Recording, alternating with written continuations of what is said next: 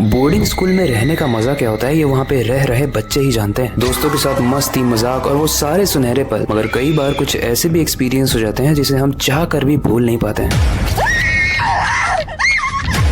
और ऐसा ही कुछ हुआ आज की स्टोरी के जॉन के साथ। लेकिन वो जानने से पहले, हेलो गाइस, मेरा नाम है अविनाश कुमार और आप देख रहे हो हॉरर स्टोरीज।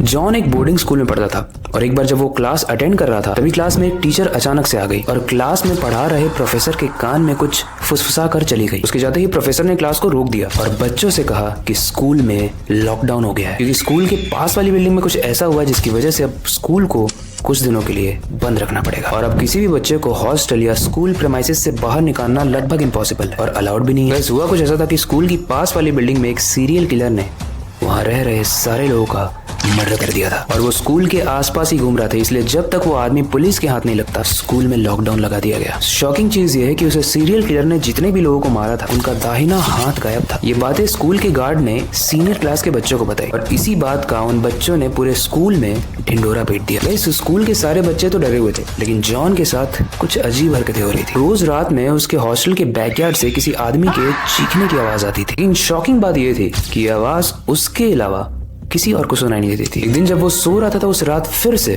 उसने वही आवाज सुनी, वही चीखने वाली आवाज, और इस बार जॉन हिम्मत करके नीचे गया। उसने देखा कि बैकयार्ड के ग्रास पर यानी उसके घास पर रेड ब्लड गिरा हुआ है। जब उसने ब्लड ड्रॉप्स को फॉलो किया तो वो गार्ड के रूम में पहुंच गया, जहां उसने देखा कि एक बोरी पड़ी हुई है जिसके बाहर पूरा खून रिस रिस कर निकल करके रहा। ये देखकर जॉन बहुत डर गया और वो भागने लगा अपने वार्डन को ये सारी बातें बताने के लिए, लेकिन उसे उस बोरे में से कुछ आवाज आई। गाइस, जैसे उसने पीछे मुड़कर देखा, उसने देखा कि बोरे के अंदर से हाथ निकलकर रेंगता हुआ उसकी तरफ आ रहा था। 13 साल का जॉन ये देखकर बहुत हैरान हो गया और उसका पूरा शरीर कांपने लगा। वो चीखते हुए भागने लगा, तेज तेज चिल्लाने लगा और कुछ समय के बाद उसे यह फील हुआ कि शायद ये बोरी वही बोरी है जिसके अंदर वो सीरियल किलर मर्डर किए हुए लोगों का हाथ काट कर स्टोर करता है और उसे खाता है। और जॉन जब वापस से पीछे मुड़कर देखता है, वो देखता है कि वो सारे हाथ रेंगते हुए उसकी तरफ आ रहे थे। वो जोर जोर से हेल्प हेल्प चिल्ला रहा था। तभी उसकी आवाज सुनकर हॉस्टल के वार्डन आ जाते हैं और वो भरी हुई बोरी देखने के बाद